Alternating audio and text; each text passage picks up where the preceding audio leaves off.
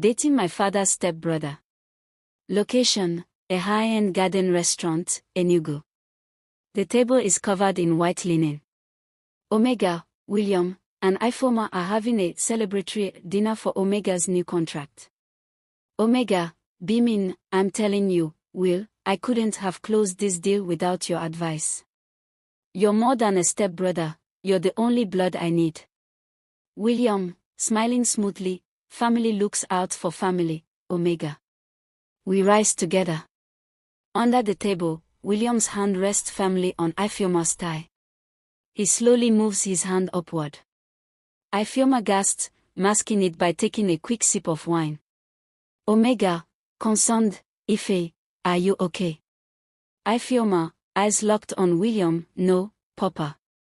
Just a head rush. The wine is very strong. William, squeezing her knee, it's a bold vintage, Omega. You have to handle it with a firm grip or it slips away. The web of luxury. Location, a private suite at a boutique hotel. William builds a world for his niece that her father could never afford.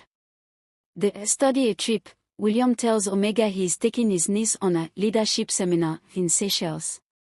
In reality, they spend 5 days in a private villa. He buys her a gold Rolex and tells her, this is so you always know how much of my time you own. The shopping spree, on a business trip, he spends 50 million naira on luxury goods she can never show her father. The hidden nest, William rents a secret apartment in Transekolo. He tells her, this is our sanctuary, away from the family eyes. The deception of the sleepover. Location, Omega's house/William's secret apartment. Ifeoma is packing a bag while Kiki looks on, nervous. Kiki, Ife, he is your father's stepbrother. This is beyond dangerous. Ifeoma, applying red lipstick, Kiki, relax. You're going to text my dad at 11 p.m. saying we're watching movies. He trusts his family, and he trusts you. Kiki, and where are you actually going? Ifeoma, William is picking me up. He bought me the new iPhone and a matching gold chain. I'll be back before breakfast. The hallway is silent, smelling of expensive floor wax and lilies. Ngozi stands outside apartment 4B, her travel bag still slung over her shoulder. She looks exhausted, dust from the road still clings to her skin, but there is a small, tired smile on her face. She reaches into her purse and pulls out a spare key. Ngozi. To herself, whispering. Better to rest here than to face that Lagos traffic tonight. Omega would be so surprised to see I'm back early. She turns the key. The lock clicks open with a buttery smoothness. She steps into the foyer, dropping her keys on the console table. She begins to kick off her sensible traveling flats, but her foot hits something soft. She looks down. In the middle of the hallway lies a pair of strappy, red stiletto heels. They are loud, expensive, and intimately familiar. Ngozi. Frowning. Ifeoma. Why would she leave her shoes here? She looks further down the hall. A trail of silk, a discarded scarf, leads toward the master bedroom. The air in the apartment doesn't smell like the bachelor pad of her husband's brother anymore, it smells of Ifeoma's heavy, vanilla perfume. Ngozi's breath hitches. A cold, oily dread begins to coil in her stomach. She moves toward the bedroom door, which stands slightly ajar. From inside, she hears a low, rumbling laugh, William's voice, and then a soft, girlish giggle that shatters Ngozi's heart into 1,000 jagged pieces. Ngozi pushes the door open. The sight is a nightmare draped in high thread count cotton. There, in the center of the bed, is Ifeoma, her daughter, wrapped in the arms of the man who shared their Sunday dinners, the man her husband calls brother. Ngozi doesn't scream. She doesn't even gasp. The sound that leaves her throat is a low, guttural animal moan of pure betrayal. Ifeoma. Bolting upright, clutching the sheets. Mommy. William. Calmly, propping himself up on an elbow. Ngozi. You're back early. Ngozi's eyes travel from the gold watch on the nightstand to the tariff. Heavy pounding at the door shatters the mood. William, frowning, I told the concierge no interruptions. The door burst open.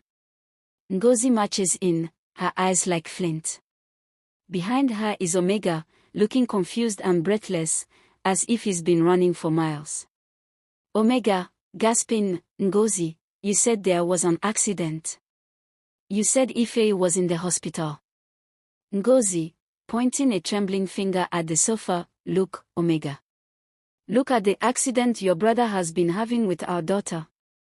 The silence that follows is deafening. Ifeoma freezes, the glass slipping from her hand and shattering on the marble floor. William doesn't flinch, he simply sets the bottle down. Omega, voice breaking, Ife. Why are you wearing that? William, smoothly, devoid of shame, Omega, sit down. Let's talk like men. You were always too small for this world. I'm just showing her the view from the top. Ngozi, walking up to William, her voice a deadly whisper, you didn't show her the view. You poisoned her. You took the trust of a brother and turned it into a gutter. Omega, walking toward William, tears streaming, you are my brother. I shared my last naira with you when we were boys in the village. I called you uncle to my children. William, coldly, and I am the one who paid for their schools. I bought their loyalty because you couldn't. Ngozi, slapping William across the face, a sound like a gunshot, keep your money. From tonight, you are a ghost to this family. And you, Ifeoma, pack your things. Not the gold. Not the silk. Just yourself. The ultimate punishment. Ngozi stands over a metal drum in the center of the driveway. Omega sits on the porch, staring into space, his spirit. The air in the expensive penthouse was heavy and cold. Omega stood in the middle of the room, looking at his brother. For a long time, his brother had cared only about money and being famous. He had forgotten that family comes first. The tension in the room finally broke. Omega's voice was low, like a quiet storm. I am finished listening to your excuses, Omega said. You are a man who values your status more than your own blood. His brother opened his mouth to argue. He wanted to talk about his business. But Omega quickly raised his hand. It was a silent, powerful command for him to stop. Don't, Omega whispered. From this moment on, you are like a ghost to me. Consider our ties severed. Omega then looked at his daughter. She was standing next to her designer bags. She looked small and weak.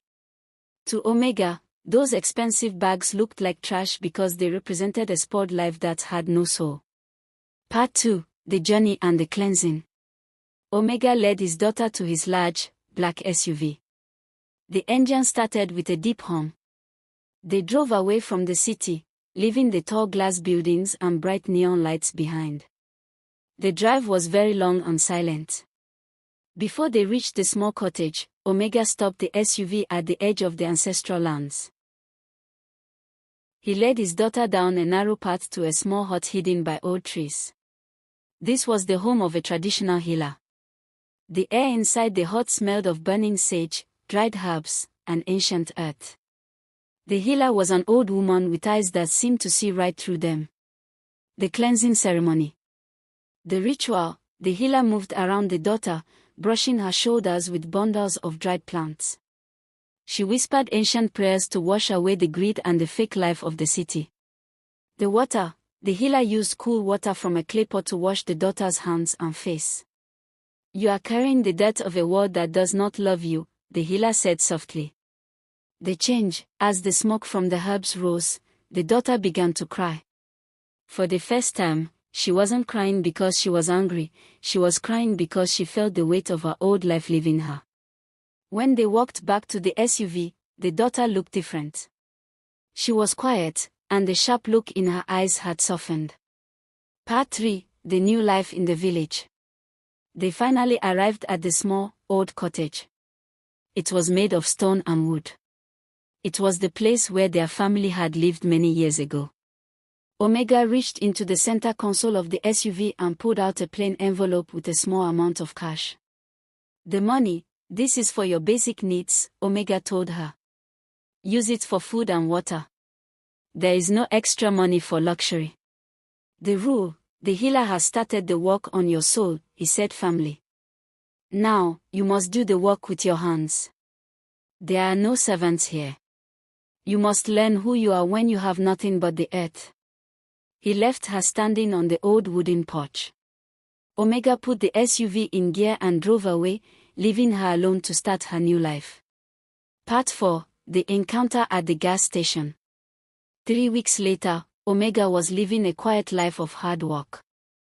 The shiny paint on his SUV was now covered in a thick layer of red dust and dried mud. He pulled into a remote gas station to fill up the SUV. As he stood by the pump, a very expensive, polished silver car pulled up on the other side. A man stepped out. It was William. William looked like a very wealthy man with his tailored shirt and expensive watch. But his face looked terrible. He looked thin and hollow, as if he were rotting from the inside. When William saw Omega, he froze. Omega, William said, his voice cracking. He took a slow, trembling step toward the SUV. I've been trying to find you. I've been looking for you for weeks. Everything is falling apart without you. Omega did not move. He kept his hand on the gas nozzle and watched his brother. He didn't look angry, he looked like a man who had finally found peace, while William looked like a man who was still trapped in a world of ghosts. Conversation between the brothers and the daughter's transformation in the village. The confrontation at the pump. The sound of the gas pump clicking off was loud in the quiet desert air. Omega slowly hung up the nozzle and turned to face William. William took another step, his expensive leather shoes covered in the red dust of the road. The family business is a mess, William pleaded, his hands shaking. The investors are leaving. The house feels like a tomb. I need you to come back, Omega. I'll give you anything. Just help me fix this. Omega leaned against the side of his dusty SUV. He looked at William's gold watch and then at his own stained, rough hands. You still don't get it, do you? Omega said. His voice was steady and calm. You are asking me to go back to a burning house. I didn't leave because I was angry, William. I left because there was nothing left to save. But the legacy. The name. William cried out, his voice cracking with desperation. The name means nothing if the people carrying it are empty, Omega replied. He opened the driver's side door of the SUV. I took my daughter to a healer to wash away the greed you taught her. I left her in the dirt so she could learn how to grow. You should try it sometime. Maybe then you'll stop looking like a ghost. Omega got into the SUV and started the engine. He didn't look back as he drove away, leaving William standing alone at the pump, surrounded by nothing but wind and dust. Part 6, Return to the Village. Sunlight was beginning to set over the ancestral lands, turning the sky a deep orange. Omega pulled the SUV up to the small stone cottage. He didn't see the spoiled girl he had left behind 3 weeks ago. Instead, he saw his daughter sitting on the porch. Her designer dress was gone, replaced by simple, sturdy clothes that were stained with soil. Her hair was pulled back, and her face was clean of makeup.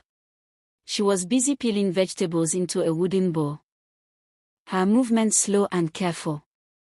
When she heard the SUV, she stood up. She didn't run to him begging to go home. She didn't ask for her phone or her credit cards. She simply waited. The final lesson. Omega walked up to the porch. He looked at the garden she had started to weed and the stack of firewood she had gathered by the door. The work is hard, Omega said, looking at her calloused hands. The work is real, Papa, she whispered. Her voice was different now, it was grounded and quiet. For the first time, I don't feel like I'm performing for a crowd. I'm just here. Omega felt a weight lift off his chest. The cleansing had worked. The village had done what the city never could. He reached out and placed a hand on her shoulder. You aren't a daughter of the city anymore, he said softly. You are a daughter of this land. And that is something no one can ever take away from you.